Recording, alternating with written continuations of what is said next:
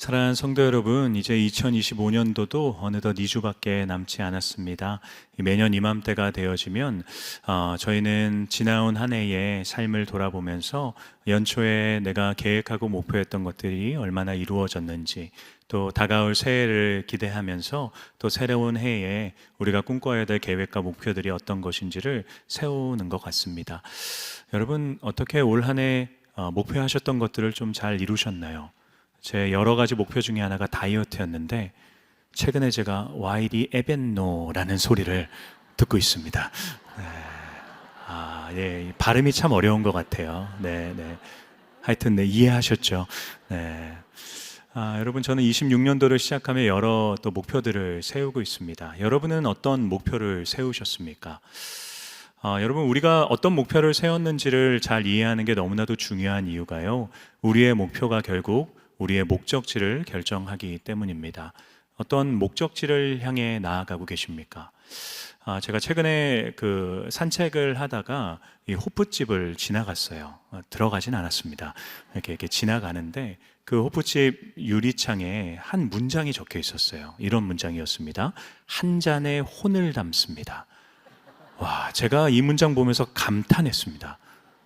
야, 그 맛있는 맥주 한 잔을 만드는 일을 자기의 목표로 삼고 그 다음에 그 일에 정말 인생을 걸었다라고 표현하는 거죠.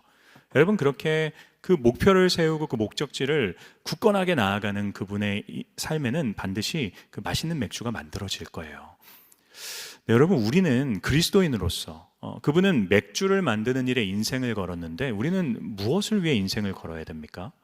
사실 저와 여러분이 그리스도인이 된 그 순간부터 우리에게는 변치 않는 분명한 목적지가 설정되게 됩니다. 저는 그 목적지를 잘 표현하는 게 주님 다시 오실 때까지라고 하는 찬양의 한 가사라고 생각해요. 제가 읽어드리겠습니다. 나의 가는 이 길 끝에서 나는 주님을 보리라. 영광의 내 주님 나를 맞아주시리. 여러분, 우리가 그리스도인으로서 시작해서 우리의 평생의 삶을 그리스도인으로서 살아가다가 마주하게 되는 목적지가 누구입니까? 예수 그리스도입니다.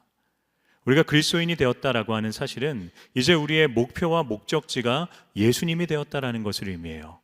이제 우리는 그분을 표대로 삼은 인생이 되었습니다. 그리고 이제부터 시작되는 우리의 모든 삶은 결국 그분이 걸어가신 그 길을 뒤따라 걸으면서 그분이 명령하신 일들을 행하며 그분께 영광을 돌려드리기 위해 살아가는 것이죠. 다르게 표현하면 여러분, 우리는 예수님께 인생을 건 자들이 되어진 것입니다. 전 여러분의 내년 새해 계획이 어떤 것인지 전혀 알지 못합니다. 그러나 여러분의 계획이 무엇이든지 간에 무엇이들 하시든지 간에 그리스도를 위해 하십시오. 여러분의 목표와 목적지가 예수 그리스도라는 사실을 잊지 마시고 바울이 고백한 것처럼 무엇을 먹든지 무엇을 마시든지 간에 다 주의 영광을 위해 하는 우리 귀한 성도님들 되기를 주님의 이름으로 축원합니다. 그러기 위해 우리의 목표가 어디에 설정되어 있는지를 잘 점검해야 돼요. 우리의 목표와 우리의 목적지가 잘못 설정되어 있다면 열심히는 할 텐데 결국 그 목적지를 향해 나아가진 못할 것입니다. 이런 것을 표류한다라고 표현하거든요. 표류한다는 것은 열심히는 하지만 결국 목적지를 잃은 채 방황한다는 것을 의미하는 것이죠.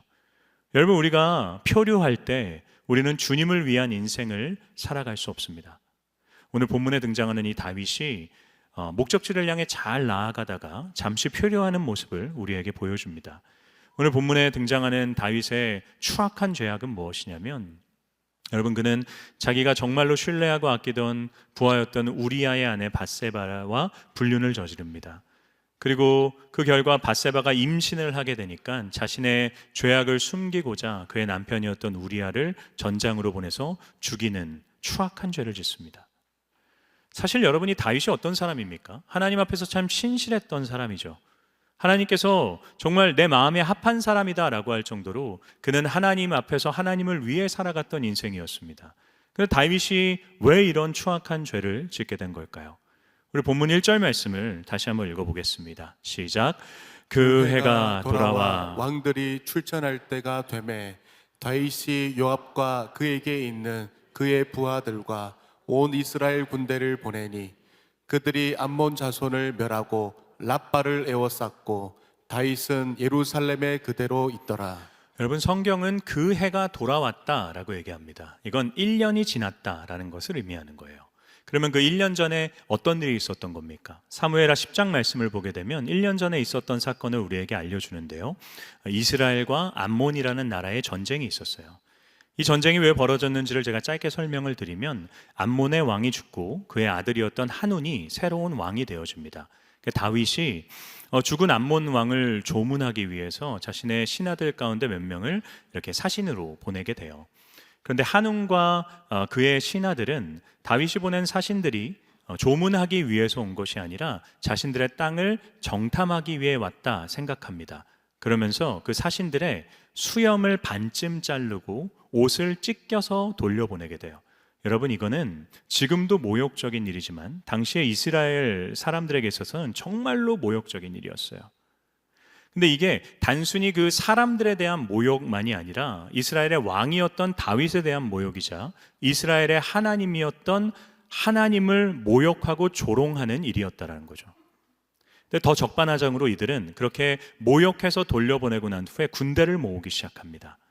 그리고 자신들의 군대만으로 안 될 것 같으니까 아람 군사들을 용병으로 고용하게 돼요. 다윗이 그들이 군대를 모았다는 소식을 듣고 병력을 파견합니다. 전쟁을 치르러 가게 되죠. 그리고 이제 그들은 암몬성 앞에서 서로 진을 치고 전쟁을 시작합니다. 이스라엘이 암몬을 공격하려고 할 때 뒤에서 아람의 군사들이 이스라엘을 공격하는 양동 작전을 위기 가운데 마주하게 돼요. 근데 하나님이 은혜를 주셔서 그들에게 큰 승리를 허락해 주세요. 결국 아람 백성들은 도망치게 되고 암몬 백성들은 성 안으로 도망치게 됩니다. 그런데 이스라엘이 그 전쟁을 그때 끝내지 않아요. 그리고 다시 예루살렘으로 돌아옵니다. 그리고 한 해가 지났다라는 거죠.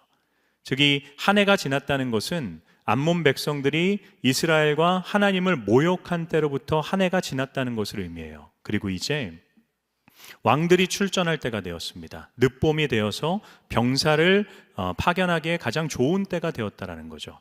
그런데 여러분, 성경은 뭐라고 얘기합니까? 다윗은 예루살렘에 그대로 있었다고 합니다. 여러분, 이 전쟁의 성격이 어떤 것이었습니까? 하나님의 이름이 모욕당한 것에 대한 전쟁이었어요. 여러분, 이스라엘의 왕이었던 다윗은 다른 모든 전쟁에는 나서지 않는다고 하더라도 이 하나님의 이름을 모욕하고 조롱한 자들과의 전쟁에는 그 누구보다 앞장서서 그들을 무너뜨림으로써 하나님의 이름의 위대하심을 드러내야 되는 책임이 있었음에도 불구하고 그는 그러지 않았다는 거죠. 사실 이건 그동안 우리가 봐왔던 다윗의 모습과는 너무나도 반대되는 모습입니다. 여러분, 다윗 하면 떠오르는 전쟁이 누구와의 전쟁입니까? 골리앗과의 전쟁이죠. 근데 여러분, 다윗이 왜 골리앗 앞에 섰습니까? 골리앗이 하나님의 군대인 이스라엘과 하나님을 모욕하고 조롱했기 때문이에요. 그래서 다윗이 그것으로 인해서 분노해요. 붕괴합니다. 그러면서 어디 저 할례 받지 못한 것이 거룩한 하나님의 군대를 모욕하냐라고 하면서 주변 사람들이 다 만류했어요. 너가 나가면 이길 수 없어 라고 얘기해도 내가 전쟁은 하나님께 속한 거다라고 하면서 그는 물맷돌 하나 들고 골리앗 앞에 섭니다. 그러면서 그가 골리앗에게 뭐라고 얘기한 줄 아세요? 내가 오늘 너의 목을 뱀으로써 온 땅에 하나님이 살아계시다는 것을 증명하겠다라고 얘기해요. 여러분, 다윗은 하나님의 하나님 되심을 드러내기 위한 인생을 살았어요. 그게 그의 인생의 목표였고 그가 살아가던 이유였습니다. 그런데 이제 하나님의 이름이 모욕당하고 조롱당하고 있는 상황이 자신의 인생에 펼쳐졌음에도 그는 예루살렘에 그대로 머물러 있는 거죠. 무엇을 알 수 있습니까? 다윗의 초심이 변했다는 거예요. 다윗은 자기가 목표로 했던 인생을 벗어납니다. 그리고 이제는 표류하는 인생이 되어져요. 그 모습을 2절 말씀이 우리에게 잘 보여줘요. 다윗이 왕궁 옥상을 자다께서 거닐었다고 합니다.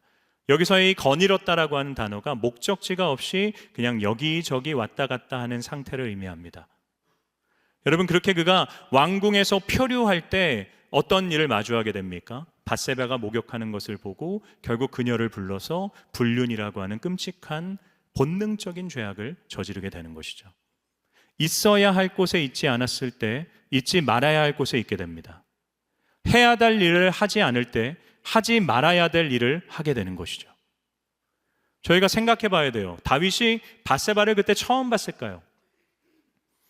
여러분, 밧세바는 자기가 가장 신뢰하던 우리아의 아내였습니다. 처음 봤을 리가 없어요. 또한 이 밧세바는 다윗이 가장 신뢰하던 책략가였던 엘리암의 딸이었습니다.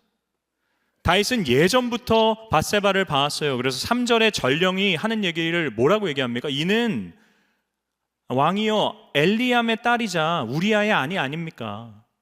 당신도 이미 알고 있는 여인입니다 라는 것을 표현한 거죠.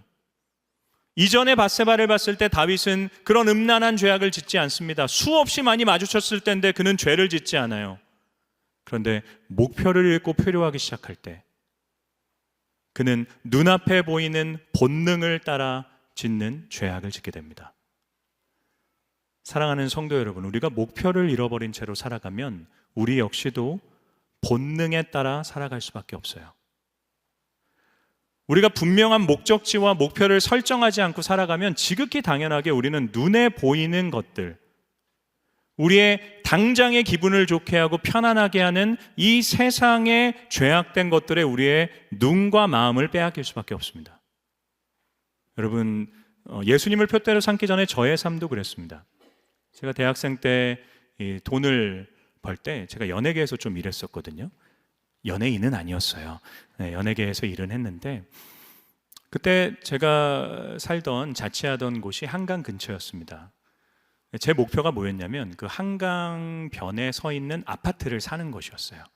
그래서 제가 매일 저녁 그 한강을 뛰면서 걸어 다니면서 그 아파트를 지나갈 때마다 멈춰서 아파트를 보면서 이렇게 얘기했습니다. 기다려라, 내가 10년 안에 사겠다. 그래서 열심히 돈을 모았고요.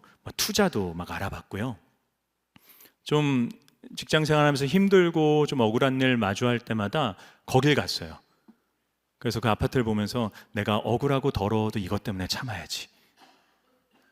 여러분, 저의 그때의 삶은 아파트를 위해 사는 인생이었어요. 근데 제가 예수님이 저를 만나주시고 난 후에 여러분, 제가 정말 감사한 것들이 많아졌는데 그 중에 가장 큰 감사가 뭐였냐면 내가 이 땅을 살아가는 이유가 고작 그 아파트 사기 위해서 사는 것이 아니라는 것 때문이었어요. 내가 이 땅에 하나님이 나를 보내셨는데 내가 살아가게 하셨는데 내가 이 땅에 생명을 가지고 살아가는데 내가 이 땅을 살아가는 이유가 그냥 그 좋은 아파트 하나 사고 만족하면서 사는 인생이 아니구나라는 게 제게 얼마나 감사했는지 몰라요.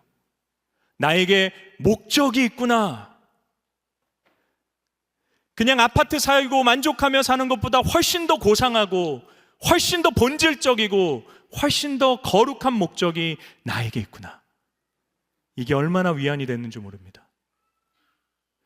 여러분, 하나님께서 여러분 한 사람 한 사람의 인생에 호흡을 주셨어요. 생명을 주셨습니다. 그분이 여러분을 이 땅에 태어나게 하셨어요. 지금까지 살게 하셨습니다. 그분이 여러분의 인생을 이 땅에 보내시고 살게 하신 이유가 여러분 이 땅의 것들 잘 누리면서 살다가 죽으라고 이 땅에 보내셨겠습니까? 하나님께서 우리를 이 땅에 보내신 보다 고상한 목적이 있습니다. 우리는 사명으로 살아가야 되는 인생들입니다. 여러분, 부족하고 연약한 우리의 인생이지만 하나님은 우리의 인생을 통해 자기를 드러내기를 기뻐하십니다. 우리의 삶과 우리의 선포를 통해 하나님은 자신이 이루신 복음이라는 승리를 선포하기를 원하십니다. 눈에 보이지 않는 하나님의 살아계심과 그분의 위대하심을 그분은 미약한 우리의 인생을 통해 드러내기를 기뻐하세요. 이게 우리가 살아가야 될 목적이자 이유가 되지 않습니까? 예수님이 이 땅에 왜 오셨습니까? 우리 예수님의 오심을 기념하는 대림절을 지나고 있잖아요. 그분의 이 땅에 오신 이유가 자신이 가지고 있던 그 위대한 신적 능력을 통해 사람들에게 인정받고 존중받고 많은 명예를 누리고 많은 돈을 얻기 위해 이 땅에 오셨습니까? 그렇지 않습니다. 예수님은 단 한 가지의 목표인 십자가를 향해 뚜벅뚜벅 걸어가신 분이세요. 십자가 위에서 죽기 위해 이 땅에 오셔서 그 십자가 위에서 죽으심으로써 하나님이 자신에게 맡기신 사명이라고 하는 구원을 이루시기 위해 그분은 평생의 삶을 살아가신 분이십니다. 예수님은 본능을 위해 사신 것이 아니라 사명을 위해 사셨습니다. 사랑하는 성도 여러분, 우리는 무엇을 위해 살고 있습니까? 우리는 이 땅의 것들을 얻기 위한 본능대로 살고 있습니까? 아니면 우리는 사명으로 살고 있습니까? 물론 여러분, 우리가 이 땅에서 예수님의 뒤를 따라서 그렇게 하나님이 내 인생에 맡겨주신 보다 고상한 목적을 위해 살아가는 것, 세상 사람들은 미련하다고 얘기하고 세상 사람들은 조롱할 수도 있고 어쩌면 세상에서 손해봐야 될 일일 수도 있습니다. 그럼에도 불구하고 우리가 그 길을 끝까지 걸어가야 되는 이유가 무엇 때문입니까? 여러분, 사도 바울이 했던 이 고백을 꼭 기억하십시오. 우리 빌립보서 3장 12절에서 14절 말씀 읽어보겠습니다. 시작. 내가 이미 얻었다 함도 아니요 온전히 이루었다 함도 아니라 오직 내가 그리스도 예수께 잡힌 바 된 그것을 잡으려고 달려가노라. 형제들아, 나는 아직 내가 잡은 줄로 여기지 아니하고 오직 한 일, 즉 뒤에 있는 것은 잊어버리고 앞에 있는 것을 잡으려고 표대를 향하여 그리스도 예수 안에서 하나님이 위에서 부르신 부름의 상을 위하여 달려가노라. 여러분, 사도 바울은 이때 이미 위대한 사도였어요. 많은 사람들에게 존경을 받았고 그는 많은 교회를 개척했고 그는 많은 서신을 쓴 상태였습니다. 그리고 이제는 주의 복음을 전하는 것 때문에 로마의 감옥에 갇혀서 로마 황제 앞에서 복음을 전할 것을 기다리고 있던 상황이었어요. 여러분, 이 정도면 훌륭하게 산 인생 아닙니까? 근데 바울이 뭐라고 얘기합니까? 나는 내가 잡았다고 생각하지 않는다. 난 내가 이루었다고 생각하지 않는다. 나는 내가 지금까지 이루어온 모든 것들, 뒤에 있는 것들 다 잊어버린다. 그리고 나는 오직 앞에 있는 것을 붙잡으려고 여전히 표대를 향해 달려간다. 여러분, 바울은 예수님을 표대로 삼고 달리기 전까지 많은 사람들에게 인정받던 엘리트였어요. 그러나 예수님을 표대로 삼고 살아갈 때 사람들은 그에게 너가 미쳤다라는 얘기를 할 정도로 그는 사람들에게 비난과 조롱을 받습니다. 그런데 바울은 그의 인생을 후회하지 않아요. 바울은 끝까지 그 길을 달려가겠다고 합니다. 왜 그렇습니까? 그가 이렇게 얘기하잖아요. 나는 위에서 부르신 부름의 상을 위해 달려간다. 바울은 한 가지를 분명히 알았던 거예요. 하나님이 나를 부르셨고 내가 그분의 부르심에 순종해서 끝까지 달려갈 때, 그분을 마주하게 되었을 때 그분이 내게 그 부름의 상을 허락하실 거다. 여러분, 그리고 바울이 가졌던 그 믿음대로 사도 바울은 이 땅에서 자기가 포기한 것들과는 비교할 수 없는 하늘의 큰 상급을 받으며 행복과 기쁨을 누리고 있을 것입니다. 여러분, 대림절은 주님의 오심을 기념하는 날이기도 하지만 주님의 다시 오심을 기다리는 날입니다. 그리스도께서 다시 오시는 그때에 사도 바울뿐만이 아니라 우리 모두도 우리가 이 땅에서 목적을 향해 나아갔던 우리의 삶을 그분 앞에 결산하게 될 것입니다. 그리고 그때 우리가 그분 앞에 드려야 될 헌신과 고백을 드릴 때 하나님은 우리에게 부름의 상을 허락하실 것입니다. 여러분, 무엇으로 그날에 하나님 앞에 나아가겠습니까? 우리가 이 땅에서 눈에 보이는 것들 위해 추구했던 모든 것들 그날에 하나님 앞에 주장할 아무 이유가 되지 않아요. 그리스도를 위해 내가 한 일들, 내가 주님을 목표로 삼고 살아갔던 그 모든 일들만이 영원할 것입니다. 전 사랑하는 우리 범어교회 성도님들이 눈앞에 보이는 것들을 목표로 삼고 일시적인 본능과 즐거움을 추구하는 인생들이 아니라 영원한 소망의 이유가 되시는 예수 그리스도, 그분을 위해 살아가는 사명자들이 되기를 주님의 이름으로 축원합니다. 그러기 위해 여러분, 우리의 목표가 재조정돼야 돼요. 어떻게 가능합니까? 여러분, 다윗이 목표를 잃어버린 채 표류할 때 하나님께서 그의 인생을 내버려 두지 않으세요. 붙잡으시고 그의 인생을 다시 자신에게로 이끌어 가십니다. 어떻게 하셨을까요? 사무엘하 12장을 보게 되면 하나님이 나단 선지자를 보내세요. 그리고 그 나단 선지자를 통해서 이 말씀을 다윗에게 허락해 주십니다. 우리 7절과 8절 말씀을 한번 읽어보겠습니다. 시작. 나단이 다윗에게 이르되 당신이 그 사람이라 이스라엘의 하나님 여호와께서 이와 같이 이르시기를 내가 너를 이스라엘 왕으로 기름 붓기 위하여 너를 사울의 손에서 구원하고 내 주인의 집을 내게 주고 내 주인의 아내들을 내 품에 두고 이스라엘과 유다 족속을 내게 맡겼느니라. 만일 그것이 부족하였을 것 같으면 내가 네게 이것저것을 더 주었으리라. 그러한데 어찌하여 네가 여호와의 말씀을 업신여기고 나 보기에 악을 행하였느냐? 네가 칼로 햇사람 우리아를 치되 암몬 자손의 칼로 죽이고 그의 아내를 빼앗아 내 아내로 삼았도다. 여러분, 나단 선지자를 통해 하나님께서 어떻게 다윗을 다시 목적으로 나아가게 하십니까? 그가 잊어버렸던 은혜를 깨닫게 해주세요. 그 은혜가 어떤 것입니까? 하나님이 그를 왕으로 세우셨던 은혜를 깨닫게 해주세요. 즉, 하나님은 그의 첫 시작을 기억해 하시는 거예요. 어쩌면 다윗이 이토록 표류했던 이유는 그가 처음 왕으로 세워지면서 가졌던 그 감격과 은혜를 놓쳐버렸기 때문 아닐까요? 왕으로서의 삶이 이미 너무 익숙해져 버린 거예요.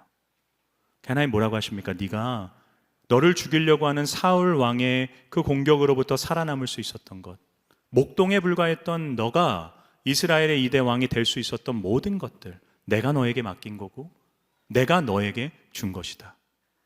하나님은 그 첫 시작을 다윗에게 다시 기억나게 하십니다. 사랑하는 성도 여러분, 우리가 목표를 잃어버린 채 표류하는 인생이 되는 이유가 어쩌면 똑같이 우리의 첫 시작을 잊어버렸기 때문 아닙니까? 여러분, 어떻게 그리스도인으로서 살아가게 되셨습니까? 여러분이 예수님을 믿는 자로서 살아갈 수 있었던 그 첫 시작의 은혜는 무엇입니까? 여러분, 이스라엘의 왕이었던 다윗은 전쟁터에 나아가지 않았지만 우리 모두의 왕 되시는 예수님께서 세상이라는 전쟁터로 나아오셨어요. 그리고 충분히 승리하실 수 있는 분임에도 스스로 패배하십니다. 십자가 위에서 비참하게 죽으심으로써 우리에게 영원한 승리를 허락해 주셨어요. 내가 그리스도인이 되었다는 건 그 놀라운 사랑과 은혜와 하나님의 패배하심을 내가 알게 되었다는 것 아닙니까? 그 사실을 처음 알게 되었을 때의 그 첫 시작의 여러분의 감정을 돌이켜 보십시오. 그때 우리의 마음속엔 벅차오르는 감격이 있었을 거예요. 그리고 그 사실로 인해 내 인생을 그분께 드리겠다라고 하는 헌신과 결단이 우리에게 있었을 것입니다.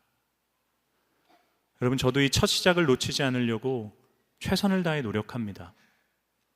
여러 방법들이 있는데, 여러분, 올해에도 저희 교육자분들 중에 3분이 목사 안수를 받으셨어요. 저는 감사하게도 그분들께 안수할 수 있는 자격으로 그 자리에 가는데, 여러분, 저는 목사 안수식을 진행할 때마다 목사 안수를 받기 위해 서 있는 목사님들을 자세히 살펴봐요. 여러분, 어느 한 분도 떨지 않는 분이 없어요. 어떤 목사님은 목사로서의 서약을 하면서 오른손을 드는데 손을 발발발발 떠세요. 그 모든 분들의 표정을 보면 그게 얼마나 은혜가 되는지 몰라요. 그들의 이 얼굴 속에 감격이 있어요. 와, 나같이 자격 없고 아무것도 아닌 인생을 하나님이 오늘 세우셔서 목사로 안수해 주시는구나. 그들의 그 감격과 그들의 그 떨림을 보면서 저를 돌아봅니다. 저도 그때 그 자리에 있었거든요. 저도 하나님의 놀라우신 은혜를 마주하고 내가 주를 위해 무엇을 할 수 있겠습니까? 라고 했을 때 주께서 제게 이 목회자로서의 사명을 주시고 신학대학원을 마치고 목사 안수식에 섰을 때 저도 너무나도 두렵고 떨리는 마음으로 하나님이 나 같은 것을 사용하신다는 것에 대한 감격이 있었습니다. 그리고 목사 안수식 마지막에 축도 전에 제가 불렀던 찬양이 부름받아 나선 이 몸이었어요. 제가 펑펑 울면서 찬양했습니다. 어디든지 가겠습니다, 주님. 모든 조롱과 멸시는 내가 받겠습니다. 주님, 나를 통해 주님은 영광만 받아 주옵소서. 지금 제 인생이 그때의 다짐과 같은가라는 생각을 정직하게 해보게 됩니다. 우리가 하나님 앞에 섰던 그 하나님의 사랑을 마주했던 그 첫 시작인 초심의 순간으로 우리의 생각을 돌이켜보면 지금 내가 얼마나 잘못된 방향으로 가 있는지를 발견하게 됩니다.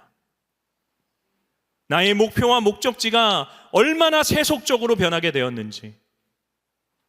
그때는 내가 교회를 나왔던 이유가 습관 때문이 아니었어요.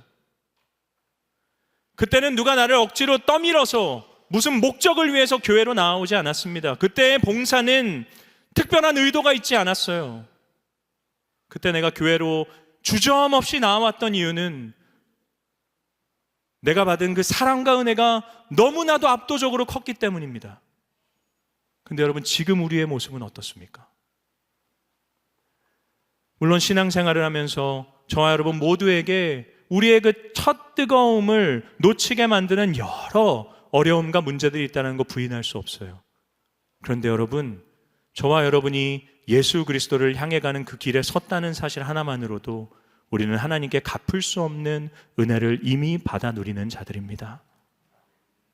표류하던 우리의 인생을 그분이 두지 않으셨어요. 그리고 자기에게로 인도해 주셨어요. 그리고 여전히 표류하는 우리의 인생을 그분이 버려두지 않으세요.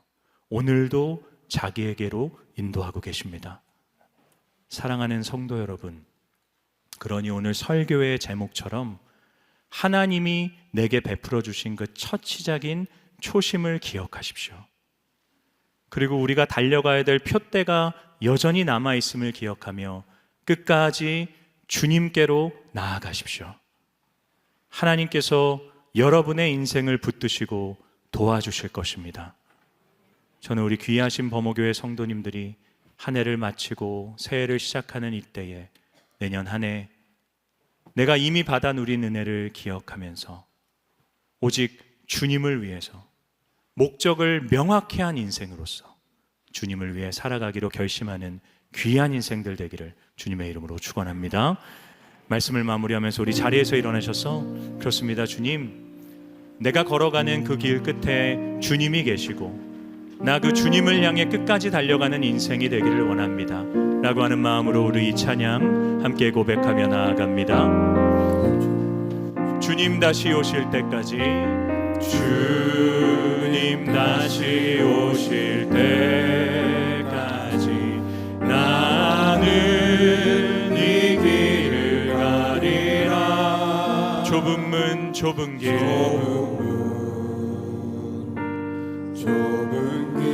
나의 십자가 지고, 여러분, 우리가 끝까지 달려가는 이유가 무엇 때문입니까? 나의 가는 이 길, 나는 주님을 보리라.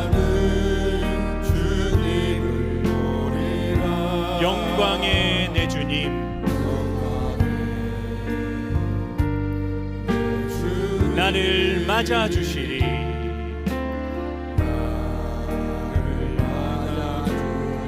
주님 다시 오실 때까지,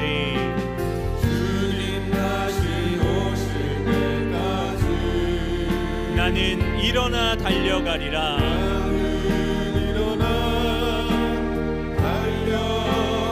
주의 영광 온 땅 덮을 때, 나는 일어나 노래하리. 우리의 고백이 무엇입니까? 내 사모하는 주님, 온 세상 구주시라. 내 사모하는 주님,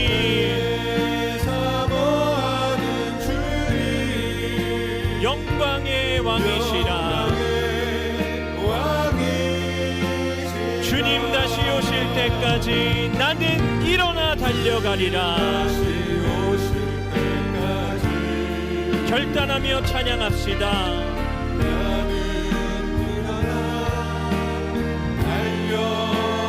그래서 주의 영광 온 땅 덮을 때, 그날을 꿈꾸며 찬양합니다.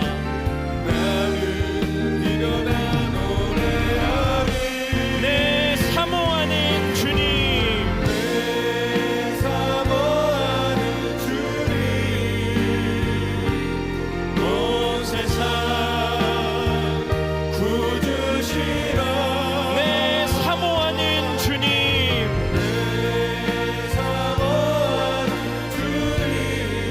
영광의 왕이시라. 다시 한번 선포합니다. 내 사모하는 주님,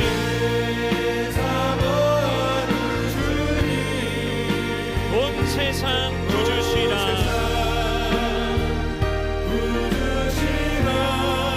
내 사모하는 주님,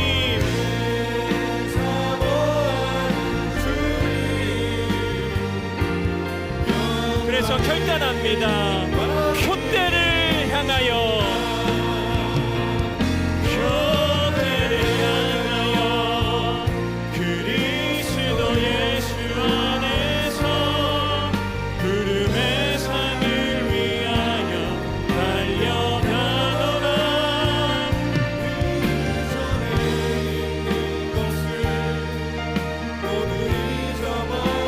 앞에 계신,